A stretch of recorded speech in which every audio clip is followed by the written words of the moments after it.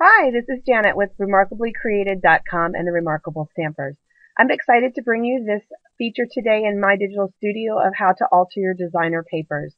As Mr. Rogers would say, it's a beautiful day in the neighborhood here, and I sure hope it's a pretty day where you're at.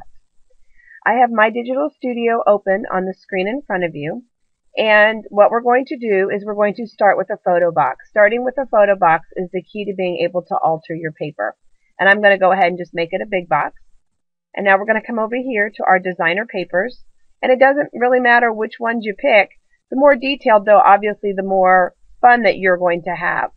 Hawaiian Papaya was one of my favorites when it was out years ago, and it's nice to see it come back as a new download. So you can see that I've moved a print that has some pretty tango oranges and vanillas and things like that in it.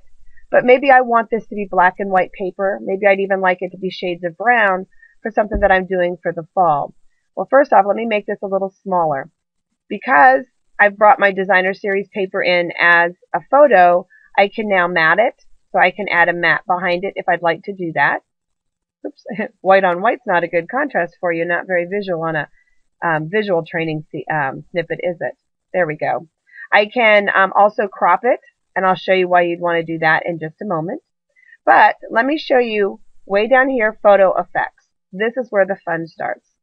There you go. Now I have it as black and white paper. Photo effects. Now I have it. Look at that pretty color. And again, anything that you can do to a photo, you can do here. Look at that. Isn't that pretty? There you go. And of course, you can brighten the paper up. You can darken it. So maybe you want it to stand out a little differently, and that changes the tone and the shading just a little bit. So let's go ahead, and we're going to cut that out for just a second. Boy, my computer's not woke up yet this morning. Need to share my coffee with it.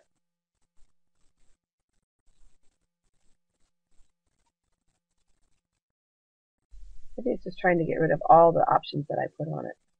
Let's find out. Sorry about that, guys. There we go. Okay, so let's open some paper that I do know have some images in different places on them. Let's just open the Nautical Expedition. The Open Sea stamp set is a pretty hot stamp set out of our summer mini right now. So let's just go ahead and move this image with the anchor into our box. And now remember, I've added it as a photo. So now I can go ahead and maybe I want just that anchor as the entire background that I want to work on. There we go. And now I have an anchor, and I've highlighted just that piece. So again, the key to altering your designer series paper is very easy. It's simply a matter of starting with a photo box and then matting it, cropping out just the image you want, or playing with the photo effects. Let me show you two finished cards side by side. This is the one that is on the blog today. Actually, they're both on the blog as well today. But there you see the little girl, and I actually went ahead and I used the crop feature to bring her up and into the top note die. And then here you see the exact same paper and the little girl down in the corner and in black and white.